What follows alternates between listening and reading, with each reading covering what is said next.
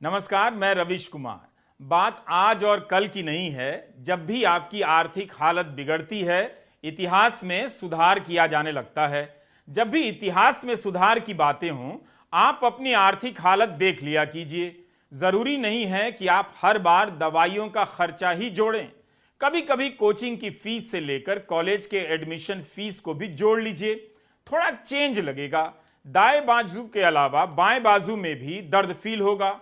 CBSE से लेकर राज्यों के बोर्ड की परीक्षा में 10वीं और इंटर में गणित और अंग्रेजी में जितने बच्चे फेल होते हैं, केवल उन्हीं को जोड़ लेंगे तो संख्या लाखों में पहुंच सकती है। मगर कोई हल्ला नहीं करता कि इस देश में गणित नहीं पढ़ाया जा रहा है, अंग्रेजी नहीं पढ़ाई जा रही है। आप देख रहे हैं हमारा यूट्यूब चैनल रविश कुमार ऑफिशियल। सब्सक्राइब कीजिए, करवाइए भी और ज्वाइन भी कीजिए। आपसे अनुरोध है कि इस वीडियो को पूरा देखिए। इस बार यूपी में 10वीं की गणित परीक्षा देने 1,68,000 छात्र नहीं गए। जो गए होंगे उनमें से भी बहुत ऐसे होंगे जो पास होने की जिम्मेदारी अपने अपने भगवानों पर छोड़ आए होंगे। लेकिन क्या कभी आपने सुना है कि यह हंगामा कर रहे हैं कि गणित नहीं पढ़ाया गया था? मगर हो सकता है कि इनमें से कई लोग नेता बनकर हंगामा करना शुरू कर दें कि इतिहास नहीं पढ़ाया गया। इंजीनियरिंग और मेडिकल का छात्र भी कहता मिल जाता है इस देश में कि हमें इतिहास नहीं पढ़ाया गया। वो कभी यह नहीं कहेगा कि हमें फिजिक्स नहीं पढ़ाया गया, केमिस्ट्री नहीं पढ़ाई गई, एनाटॉमी नहीं पढ़ाई गई, केवल इतिहास नहीं पढ़ाया गया। नौकरी में जाने के बाद ज्यादातर लोग मेडिकल और इंजीनियरिंग के शायद ही अपने पैसे से इतिहास की कोई किताब खरीदते होंगे और पढ़ते होंगे। मगर नेताजी का भाषण सुनकर हां में हां मिलाने लग जाते हैं कि हां भाई, हमें तो इतिहास नहीं पढ़ाया गया। हम आपको दुखी नहीं करना चाहते हैं, मगर पिछले साल 22 फरवरी को दिव्य भास्कर ने 10वीं और 12वीं की परीक्षा का 5 साल का रिजल्ट देखा। अध्ययन किया तो पता चला कि गुजराती भाषा में 5 साल में 7,80,000 छात्र फेल कर गए। क्या आपने हल्ला सुना कि गुजराती भाषा नहीं पढ़ाई जा रही है गुजरात में? मार्च 2022 में गुजरात में 10वीं में 30% छात्र गणित में फेल हो गए थे। इसका हल्ला आपने सुना? जितना शोर इतिहास के नहीं पढ़ाने और पढ़ाने पर भी गलत इतिहास पढ़ाने को लेकर होता है, उतना शोर आपको दूसरे विषयों के बारे में सुनाई नहीं देगा। लगता है कि भारत ने सारे विषयों के कोर्स रिवाइज कर लिए हैं, बस इतिहास बाकी रह गया था। सच्चाई यह है कि जो हालत गुजराती भाषा की है, वही हालत पूरे देश में इतिहास की है।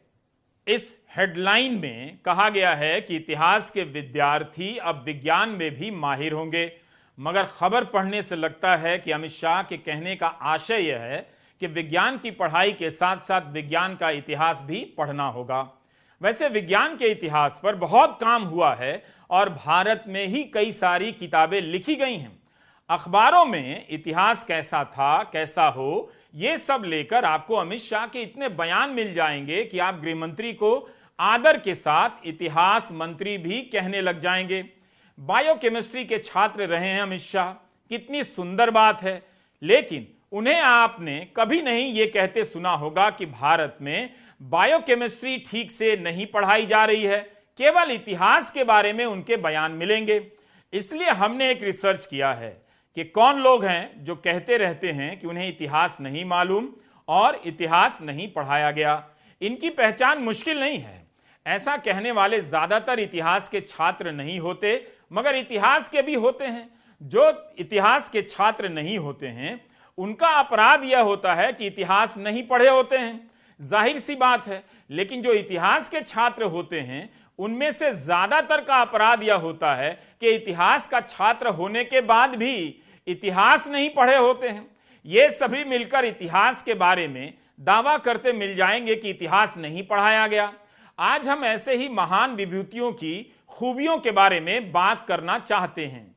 इतिहास नहीं मालूम, इतिहास नहीं पढ़ाया गया, इतिहास में एडमिशन लेकर भी इतिहास नहीं पढ़ा, इस कैटेगरी के लोगों की सबसे बड़ी खूबी यह होती है कि इन्हें अपने अलावा पूरी पीढ़ी का पता होता है कि उन्हें भी इतिहास नहीं मालूम और इतिहास नहीं पढ़ाया गया। यह कमाल की इनकी खूबी है। पूरी पीढ़ी के असंख्य लोगों के विषय ज्ञान का इनके पास ज्ञान भंडार मौजूद होता है। आपको अपने इतिहास से भी प्यार नहीं है, हमें आप पर गर्व है।